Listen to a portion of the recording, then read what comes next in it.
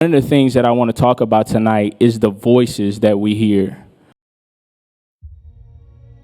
You got two different voices that you hear. You either hear the people that have told you, most of us know we got people in our life that are said we're no good, we may not be good enough, we can't do it on our own, we're not going to make it. Just a list of things that we've been told. But then you have your voice that you've been blocking away for probably Lord knows how long. And so, and what I mean by that is the dreams. Most of you have dreams, you have goals and things that you wanted to get accomplished, but there was always somebody that kept telling you that you weren't good enough to do it. And so that was me. That's always been that for a long, pretty much since I was a kid, that was always my life. No matter what I tried, no matter what I did, I never felt like it was good enough. Growing up as a kid, it was rough, man. I didn't grow up with my dad, and I know that's kind of the typical thing. I'm gonna be honest, it's kind of the typical thing that kind of seems to be a reoccurring thing. And I'm gonna be honest, growing up in the projects in the hood, there is no such thing as being vulnerable. There is no such thing as, it's to say, hey, today I'm not okay, because you live in a society and an environment where it's either eat or be eaten. I remember nights my mom would be gone. Your mom was like, hey, make sure you go to bed. They got the babysitter. You like, man, I ain't going to bed, bro. 7 o'clock, go ahead, do your thing so I get on the game. That was me. I'm ready to get on the game. So let me go ahead and pretend like I'm asleep. And then as soon as she would leave, I would go play the game, do my thing, have fun, whatever it is. And, once I knew, she would, the babysitter would give the notion that, hey, your mom's on the way home, so now I got to pretend like I'm going to sleep now. Man, I really wish my mom would just, be home one night with me. I was yearning for my mom because I did not have that relationship with my mom anymore. But you got to understand, because you could, it's easy to get, a little sad about that. But you got to understand, she had problems too. They would call my mom saying he's just talkative. He doesn't want to listen.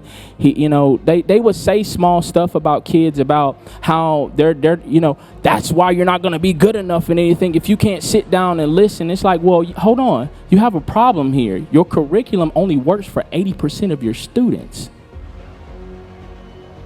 The kids that are like me, I used to raise my hand and go, I don't get it, because my comprehension level at the time was very low, because no one taught me the value of education. I was an affirmation guy. I needed affirmations. So the only way I could get those affirmations was by finding it through pornography, because my mom wasn't giving it to me, and my dad wasn't nowhere around to give it to me. So the only way I could get those little small dopamine hits was through pornography. And so I went through this for pretty much all my teenage, high school, middle school. I went through all of that. And I continued just like anyone else. There's no different. We try to level and put a category on which drug and which addiction is worse than others. And they're all the same. What kind of pretty bow you put on it, it's still a sin. But can I say this though? But to you, you're married to it. It's your everything. Who was I going to talk to about that? My dad. I finally met my dad when I was probably 15. Looked at me, she go, how you feel? I'm like, I don't know, my man. I meet my dad, and there was times that I seen myself in my dad, and I was excited because I was like, I'm you and you me. I'm you and you me. But again, who's gonna help me through my problems? This I'm not good enough voice in my head over and over. And the one person that I was hoping that would be on this earth would actually be able to save me from that, it would be my dad. It would be my dad he would be the person that's going to take me away from this. Maybe he was going to give me a different perspective that I never got. For the first time in life, I felt like I had nobody. So fast forward, we get to high school and I meet my lovely wife. We both have codependency issues. And so one of the things is that in her mind, she used to go, I can fix him. And for me, I was just looking for another mom. So I wasn't really looking for a wife.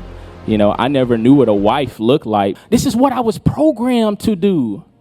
It's what I saw. It was what that people were telling me over and over.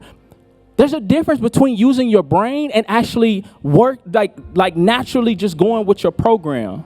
The problems that you have before you get married, they do not magically go away.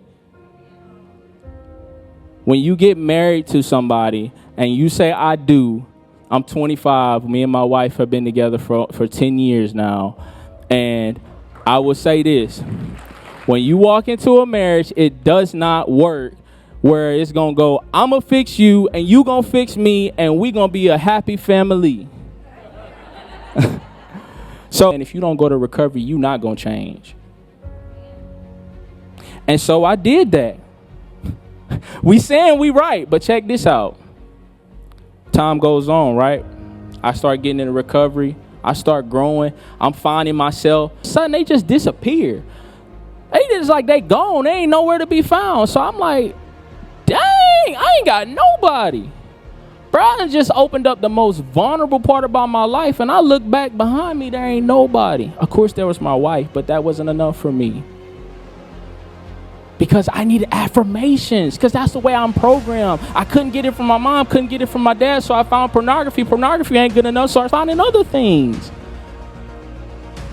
It's the same exact thing to me that I felt from my father. I get told, you are fake.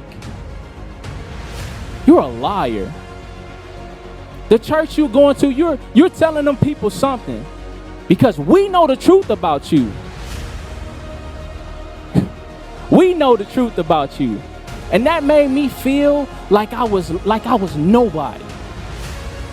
But you know what? That was the night that the monster was created in me. This version that you see today, something rose up in me. God said, son, just keep holding on, son. Some of us don't need to quit again.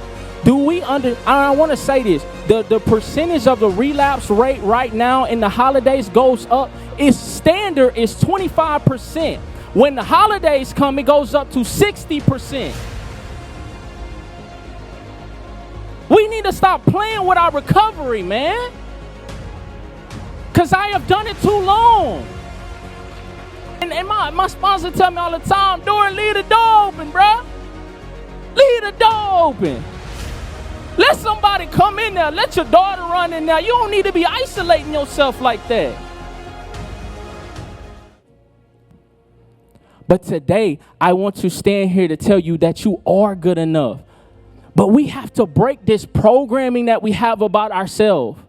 That we can't make it. We can't get through it. Look, some of us need to, if you don't have anybody at this house to go to this Christmas, go find somebody in this building and go to their house. Some of us just need to talk it out. We just need to speak up and admit what we are going through.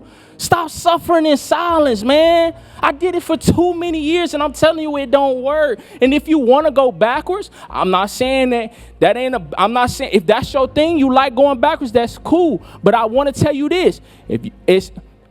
When you go backwards, it just feels like it's just like the whole room, the air gets sucked out when you go backwards. You have the ability.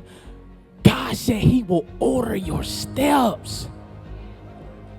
And when I started believing that, I used to tell myself, I was in the room the other day and I started feeling upset for the things I've been through. I am my own self-motivation.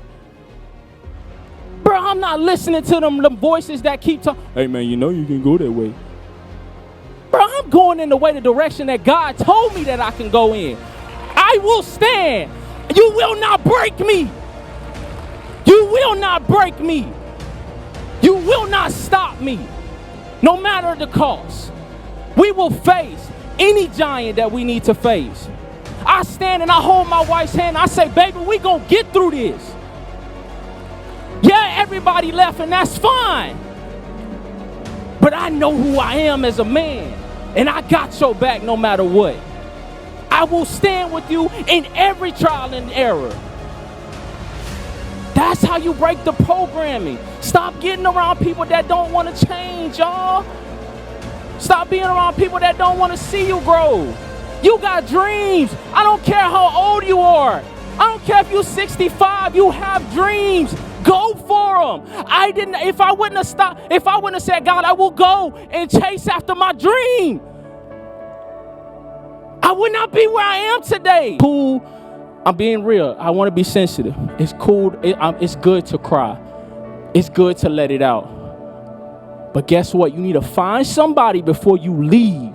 You need to grab another hand and say, I need help. And you need to make a strategy on how you going to overcome what it is you need to overcome. 25, y'all. I'm 25. And I'm standing up here and I'm telling you, you can make it. A man that ain't supposed to be here, I want to try to take my life multiple times. But God orders hit my steps. So we're going to pray. Lord, I just thank you for the opportunity to be here in this room tonight. Lord, I pray that you would just remind people to stop trying to work so hard to get a relation. You already call them blessed, Lord. They trying to work 60, 70 hours to prove their worth to you when you said it was already done on the cross. The work was done. It's finished. Go live your life, son. Go live your life, daughter. Go live the life that you're supposed to have. Stop trying to work hard for me. I don't need you to work hard for me. I don't need you to speak on my behalf. I just need you to live, son. Live, daughter. Live, king. Live, queen. Believe in who you are.